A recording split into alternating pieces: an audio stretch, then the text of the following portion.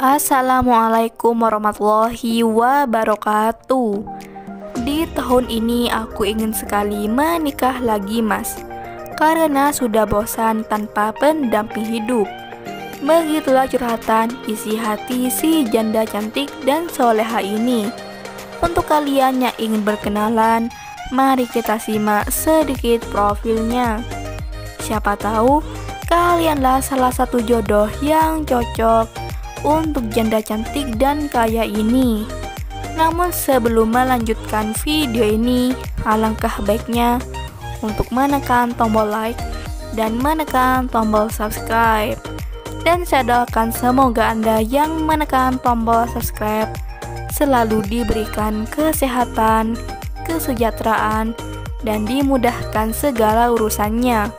Amin amin Allahumma amin. Nama lengkapnya Mbak Kiki, namun sering dipanggil Mbak Kiki. Mbak Kiki adalah seorang wanita yang cantik, soleha, dan pekerja keras. Untuk memenuhi kebutuhan hidupnya, Mbak Kiki berprofesi sebagai PNS.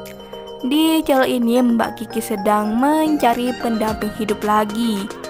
Untuk kriteria suami yang diidamkan oleh Mbak Kiki adalah sosok laki yang dewasa dan sudah berumur 40 tahun. Jadi bagaimana untuk kalian yang melihat dan mendengarkan video ini?